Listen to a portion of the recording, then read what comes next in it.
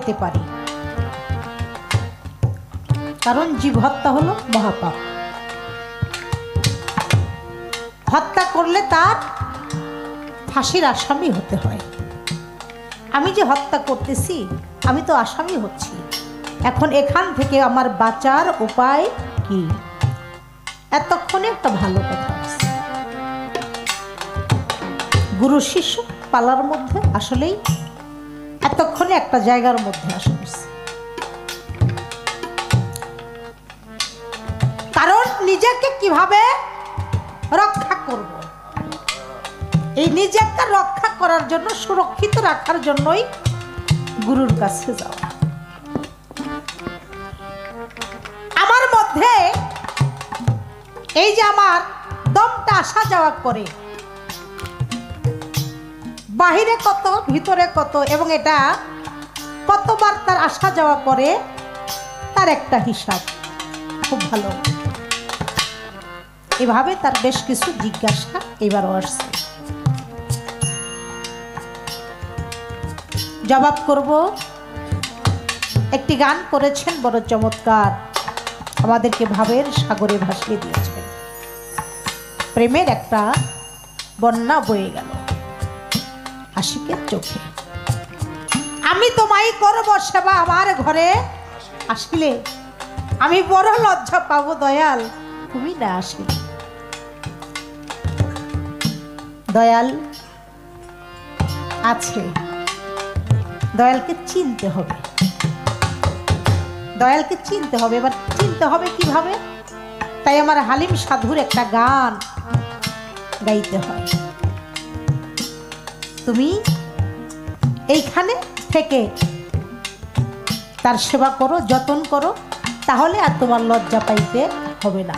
আমার গানটা একটু বাবা লক্ষ্য করে শোনো।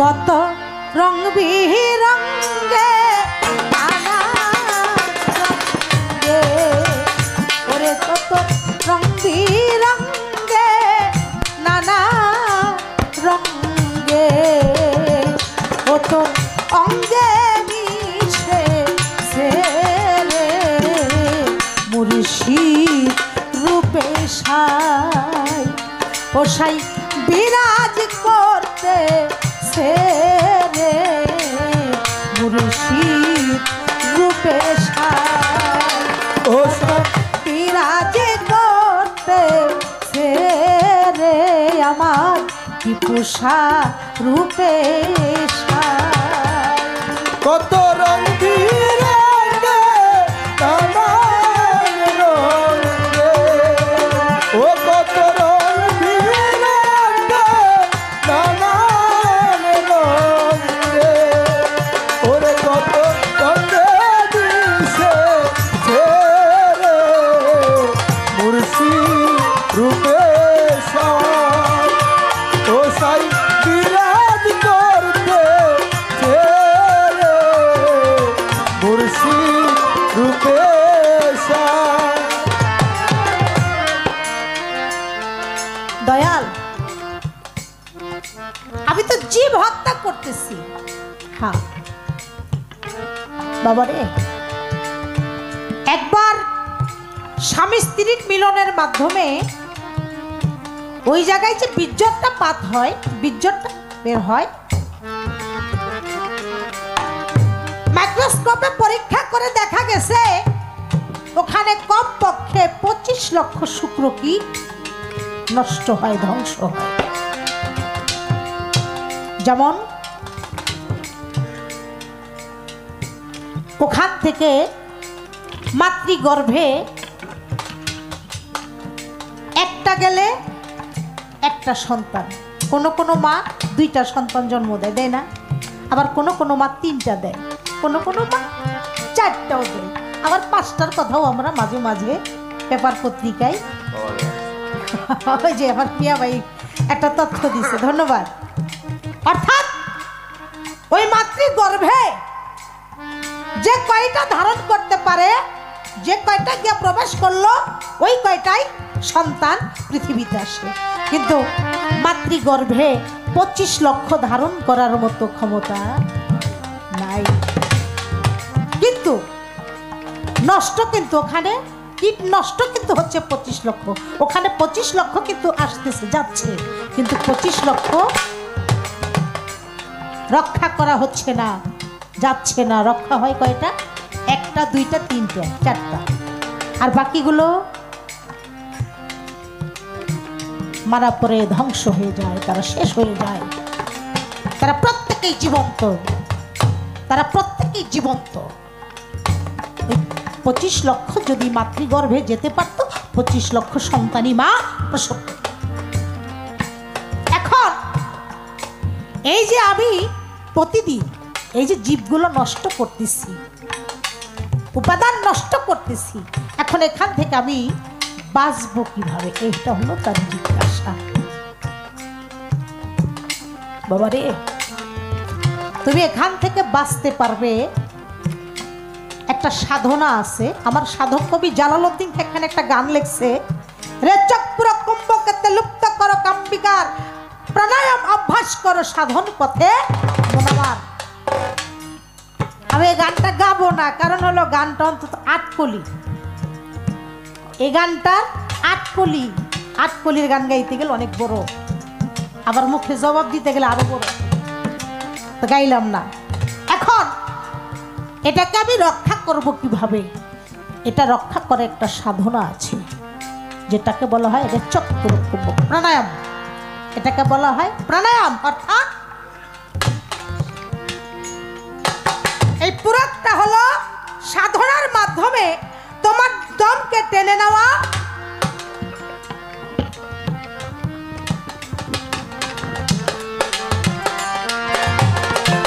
এই যে তোমার দম তুমি প্রতিদিন ছাড়তেছ আর ভিতরে নিতেছ, এই দমটাকে তুমি টেনে ভিতরে নিলে, এটা হলো পুরক। তারপরে তুমি এই দমটাকে কি করলে? তোমার ভিতরে বন্ধ করে রাখলে, তুমি এটাকে আর ছাড়লে না। পুরক বন্ধ করে রাখলে, এটা কুম্ভক। এরপরে তুমি বন্ধ করে রেখে এটাকে আস্তে আস্তে তুমি ছেড়ে দাও, এটা হলো, এটাকে বলা হয় রেচক। এই পুরক, কুম্ভক, রেচক, এই তিনটা মিলে হয় প্রাণায়াম। এই তিনটা মিলে হলো প্রাণায়াম সাধনা।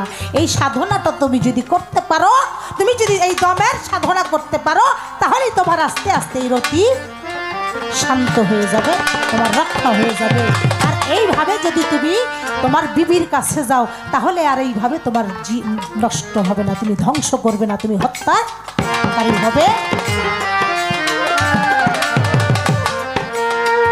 মুর্শিদ রূপে সাই ও সাই বিরাজ করতে ছেড়ে, মুর্শিদ রূপে সাই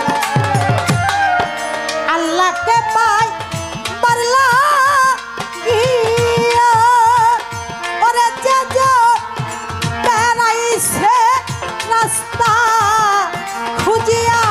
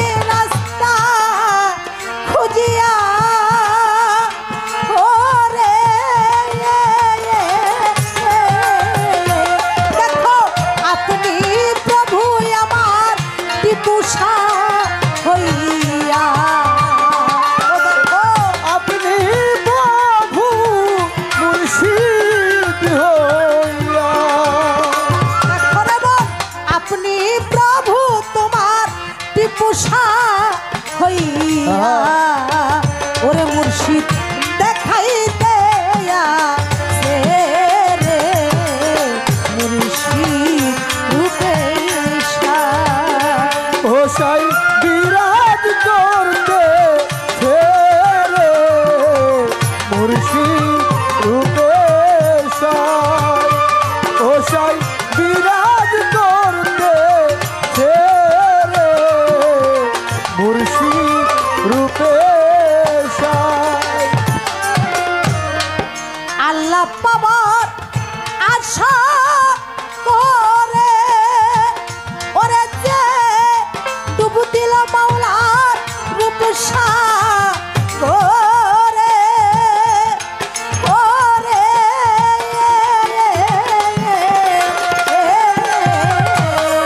আল্লাহ পাওয়ার আশা করে ডুব দিয়েছে রূপসাগরে। ওরে,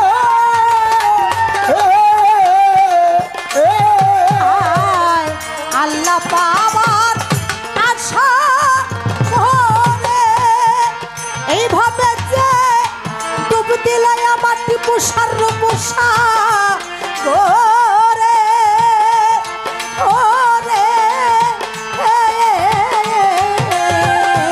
দয়াল হাত ধরিয়া উঠাই তারে ও দয়াল হাত ধরিয়া উঠাই তারে। ওরে তোমায় হাত ধরিয়া উঠায় তারে আছে মনের মাঝে সে রে মুর্শিদ রূপে সায় ও সাই বিরাজ করতে ছেড়ে মুর্শিদ রূপে সাই ও সাই বিরাজ করতে ছেড়ে মুর্শিদ রূপে সাই। দয়াল আমার এই দমটা কতবার আসা যাওয়া করে অর্থাৎ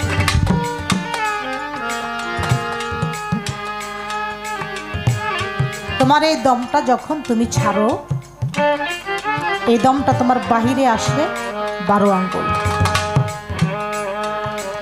আর ভিতরে থাকে 12 আঙ্গুল। এইভাবে তোমার এই দমটা ভিতর এবং বাহির এইভাবে তোমার আসা যাওয়া করে। সাধক বলে 21,600 বার এই দম তোমার আসা যাওয়া করে প্রতিদিন 21,600 বার আসা যাওয়া করে। এটা হলো তোমার একটা হিসাব।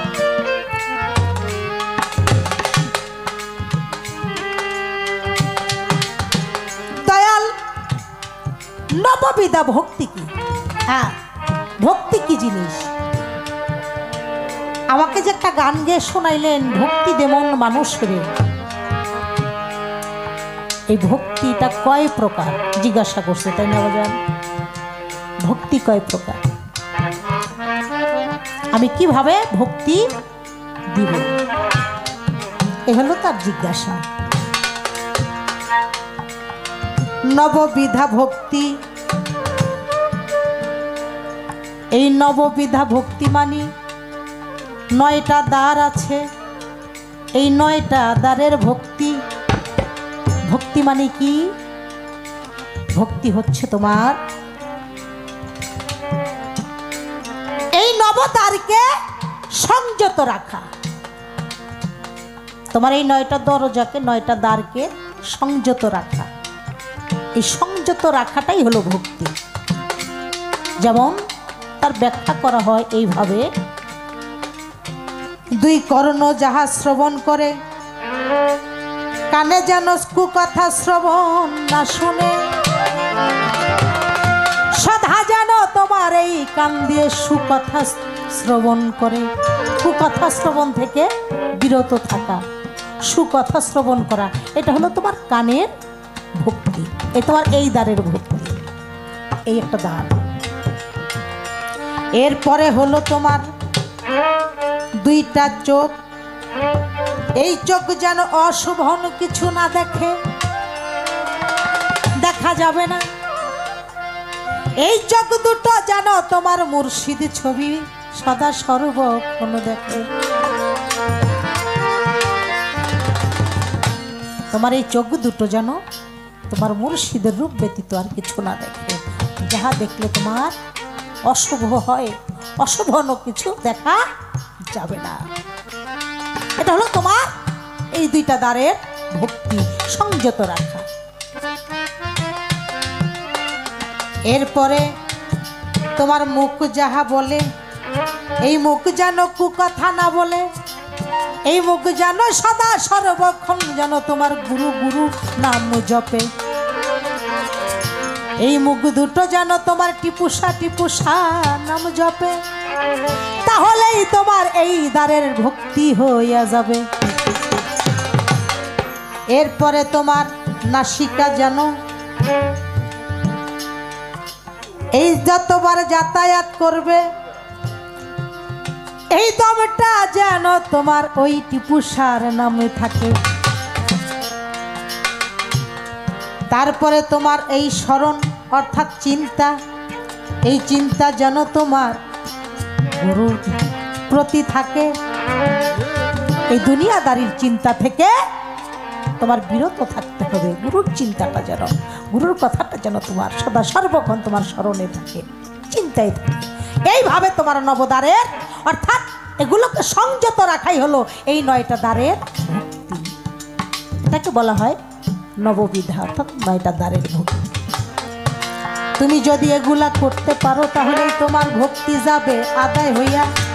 তাই তো আমার সাধক বলছে তোমার চোখ আছে, কিন্তু চোখ তোমার ভালো জিনিস দেখে, মন্দ জিনিস দেখে না। তোমার হাত আছে, তুমি ভালো জিনিস ধরো, কাউকে তুমি আঘাত করো না। তোমার পা আছে, তোমার এই পা দুটো দিয়ে তুমি কখনো খারাপ রাস্তায় হাঁটলে না। তাই আমার সাধক বলছে এইগুলোকে সংযত রাখাই। তাই আমার ভাবুক বলছে কি, সেই হয়ে আছে মানুষ রতন সব থুইয়া যার কিছু নাই। তার চোখ আছে তবুও সে কানা দেখে না, কারণ সে মন্দ জিনিস দেখে না। মুখ আছে কিন্তু সে বলতে পারে না, কারণ কাউকে সে খারাপ কথা বলে না। ঠিক এইভাবেই হলো তোমার নববিধা ভক্তিটা তোমার আদায় হয়েছে। রং বিরঙে নানান রঙে ওরে কত রঙে দিশে ছেড়ে মুর্শিদ রূপে সাই ও সাই বিরাজ করতে ছেড়ে মুর্শিদ রূপে সাই। হায় হায় চুমুকের আকর শোনে বাংলা লোহা যেমনি কানে ওরে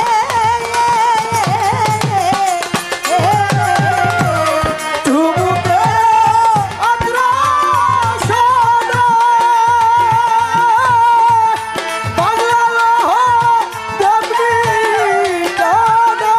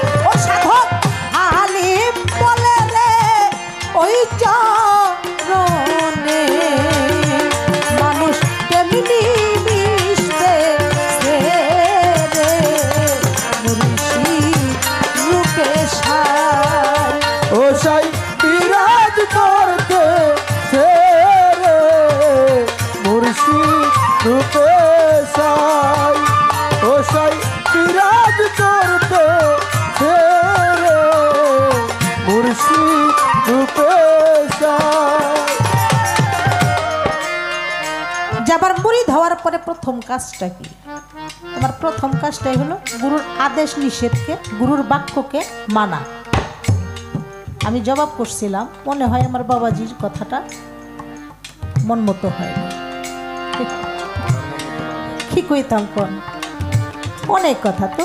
তার প্রথম কাজটাই হলো গুরুর হুকুম পালন করা, এইটাই তো জানি আমি। আমার গুরুর হুকুম পালন করা এইটাই হলো, আমি বায়াত হইছি, এখন সে যা বলবে ওইটাই আমি পালন করব, এটাই আমার কাজ। এছাড়া আর আমার কোনো কাজ নাই। কারণ আমার সাধক মনমোহন দত্ত একটা গানে বলছে, আমি আর কিছু জানি না দয়াল, আমি আর কিছু জানি না, আমি জানি শুধু দুঃখ পেলে করতে সরল প্রার্থনা,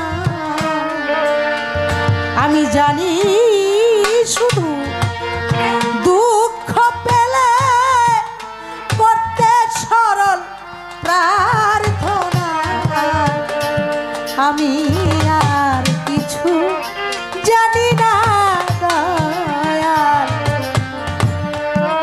ভক্তের আর কি থাকে? ভক্তের আমি যতটুকু জানি, ভক্তের কাজ হলো গুরুর বাক্য পালন করা, এইটাই তার কাজ। এরপরে আর কোনো কাজ থাকে না, এটা আমি জানি। হয়তো এর বেশি থাকতে পারে, কিন্তু এটা আমি যেহেতু আজকের গুরু, আমার জবাব হইল এইটা। তুমি মুরিদ হইছ, এখন আমি যেটা বলবো ওইটাই তোমার কাজ। আমি যদি বলি আলামিন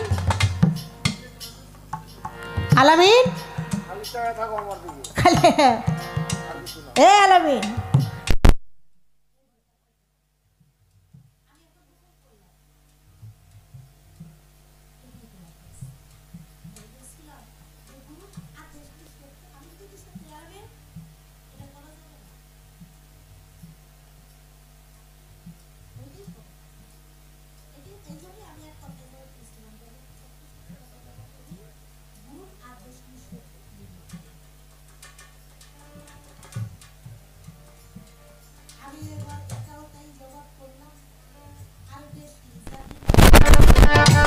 এইটাই আমার জানা কথাই আমি দিলাম এখন। কারণ মতের কোনো শেষ নেই, যুক্তির কোনো শেষ নেই, কিন্তু পালন করব গুরু যাহা বলবে ওইটাই আমার কাজ। এখন তখন মন মতো চলা যাবে না। তুমি বায়াত হও নাই, তুমি তোমার ইচ্ছা মতো চলছো, তোমার দাঁড়ি কারো, তোমার উপর কারো খবরদারি ছিল না, কিন্তু এখন বায়াত হইছো বাবা, সব কিছুতে তোমার গুরুর হুকুম মতো করতে হবে, এটাই তোমার কাজ। এখন আমার একটা ছোট্ট কথা ছিল, যেমন গুরু সংস্কৃত ভাষা, বাংলায় বলা হয়েছে অভিভাবক, আর আরবিতে বলা হয়েছে অলিয়াল মুর্শিদা। তাহলে তুমি যে শিষ্য, এটাও সংস্কৃত ভাষা। এখন কোরআনের ভাষায় এটাকে কি বলছে? কোরআনের ভাষায় গুরুকে, অভিভাবককে মুর্শিদ বলছে। তোমার শিষ্যটাকে কি বলছে? বা শিষ্যের পাশের শব্দটাই হলো, বিপরীত শব্দটাই হইল গুরু। আমি তোমার একটা কথা শুধু ছোট্ট করে বলছি বাবা, এটা তুমি আরেকবার কথাটা লক্ষ্য করে শোনো। যেহেতু কারণ যেখানে তুমি সেইখানে আমি, যেখানে আমি সেইখানেই তুমি। যেহেতু কোরআনের ভাষায়, কোরআনে মুর্শিদ গুরুকে বলা হয়েছে, এটা হলো ভাষার বিষয়। আরবিতে বলা হয়েছে মুর্শিদ, তাই আরবিতে, আরবি ভাষায় তোমার এই শিষ্যকে কি বলছে? ছোট্ট এই কথাটাই, আর কোনো কথা না। একজন ভক্ত তার গুরুর কাছে প্রার্থনা করছে, গুরু তাহা দিয়া দিছে। প্রার্থনা করার সঙ্গে সঙ্গে দিয়ে দিছে, যা জিব্রাইল এসে সংবাদ দিছে, আপনার প্রার্থনা কবুল হয়ে গেছে। তবে এইখানে একটা নিষেধাজ্ঞা আছে। প্রার্থনা করছে আল্লাহ এটা চাই, সঙ্গে সঙ্গে জিব্রাইল এসে কয় আপনার কবুল হয়ে গেছে গা, নেন। কিন্তু এখানে একটা নিষেধাজ্ঞা আছে। এটা কোরআনের কথা। তুমি আমার কাছে চাইছো, আমি লগে লগে তোমারে দিছি, কিন্তু একটা নিষেধও দিয়ে দিছি। এটা কোরআনের কথা।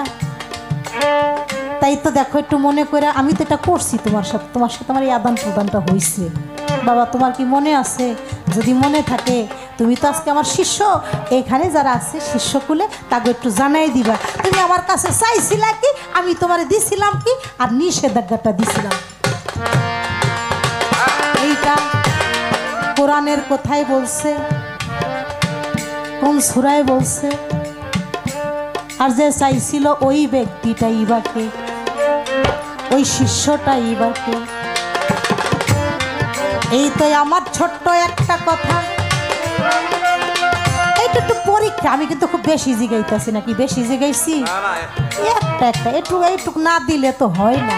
কারণ শিষ্য তো বড় ভালো, খুব ভালো বলে, আসলে খুব ভালো বলতেছে। এই 10টা টাকা দেন, 10টা টাকা দেন।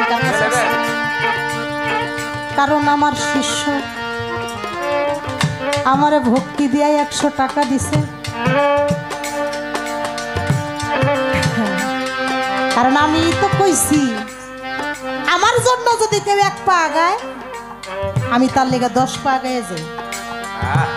আমাকে কর্জে হাসানা দাও, আমারে দিবা, তার চাইতে আমি দ্বিগুণ ফিরে দিব। কি গুরু কইছে না?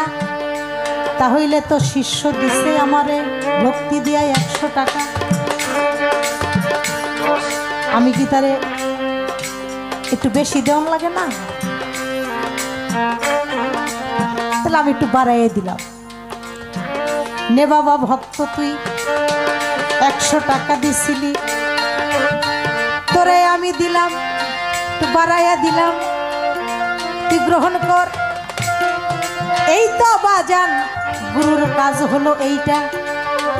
আর তোমার কাজ হইল তুমি যাহা দিবে তাহার দ্বিগুণ, তাহার চাইতে বেশি তুমি গুরুর দরবার থেকে পাবে। তাই বাজান গুরু দরবারে গেলে কেউ খালি হাতে যাবেন না। গুরু দরবারে গেলে কেউ খালি হাতে যাবেন না। এই যে তোমরা আমাকে কর্জে হাসানা দাও, আমি তার দ্বিগুণ তোমাদের ফিরে দিব। তাই গুরুর বাড়িতে দিলে কখনো বিফল যায় না, যেতে পারে না, যাবে না, এটা আল্লাহর বর্ণনা।